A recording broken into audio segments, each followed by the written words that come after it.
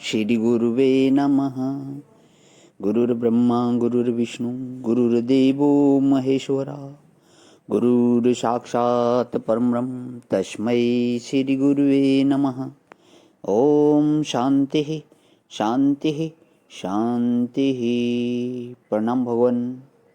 श्री आलू वाले बाबा जी का दिव्य ग्रंथ महावाक्य, उसमें भगवान हमारा जो है अध्याय चल रहा है ज्ञानी का व्यवहार, पेज नंबर 215 से। तो स्वामी जी एक दृष्टांत दे रहे थे औरंगजेब का और मराठों के बीच का, उनके किले के लिए कोई युद्ध। इसी को आगे करते हुए पेज नंबर 215 से, दोनों अपने हाथों को रुमाल से बांधकर बादशाह की छावनी में गई। किले की चाबियां बादशाह के सामने रखकर यशवंतराव बोला, बादशाह सलामत, आपने अपने करार के अनुसार हम दो मनुष्य आपके हुजूर में आए हैं। अब आप अपने वचन का पालन करके लोगों को किले में से बाहर जाने की परवानगी दीजिए। बादशाह ने बहुत अच्छा कहकर लोगों को किले में से सुखपूर्वक निकल जाने की स्वीकृति दी और साथ ही दोनों मराठे सरदारों के सिर उड़ा देने का भी हुक्म दिया। यह बात पास बैठे हुए अजीम शाह और तरबियत खां आदि सरदारों को अच्छी न लगी और उन्होंने दोनों बंदियों पर रहम करने की प्रार्थना की।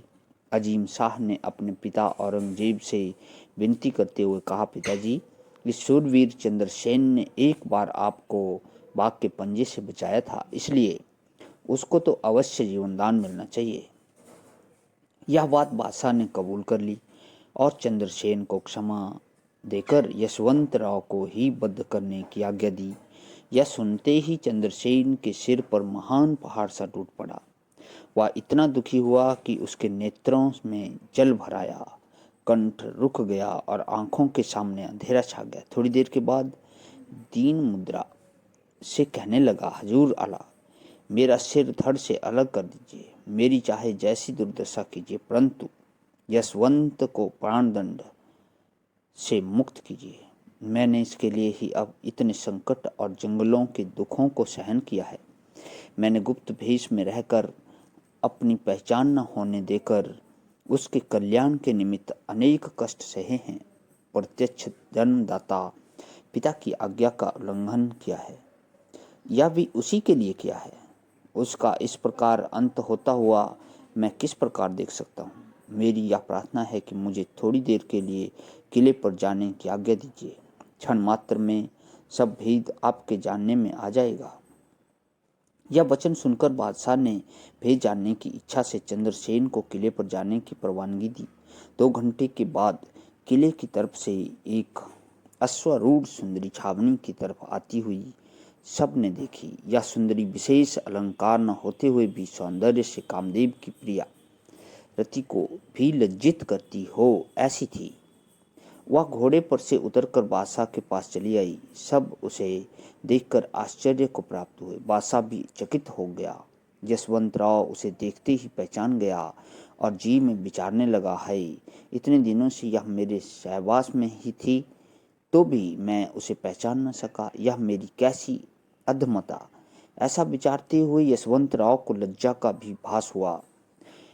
अभी तक तो वह मरने के लिए उत्सुक था, अब उसे जीने की इच्छा उदय हो आई। इस चंद्रसेन का मुझ पर कितना अलौकिक प्रेम है। साहस, धैर्य, शौर्य आदि गुण कितने अद्वितीय हैं। कितना संकट सहकर अंत में मेरे लिए मरने को भी तैयार हुई। इस प्रकार के विचारों से यशवंतराव का अंतःकरण भर गया। सुंदरी बादशाह के पैरों पर गिरकर बोली, खुदाबंद जैसी शाहजादी रोशनारा आपकी कन्या है, ऐसी ही मैं भी आपकी धर्म कन्या हूँ। आप अनाथों के नाथ हैं, दीन जनों के मित्र हैं। मैंने जिस अपने प्यारे नाथ के लिए इतने संकट सहे हैं, यदि वह हमेशा के लिए चला जाए तो मैं जीकर क्या करूँगी।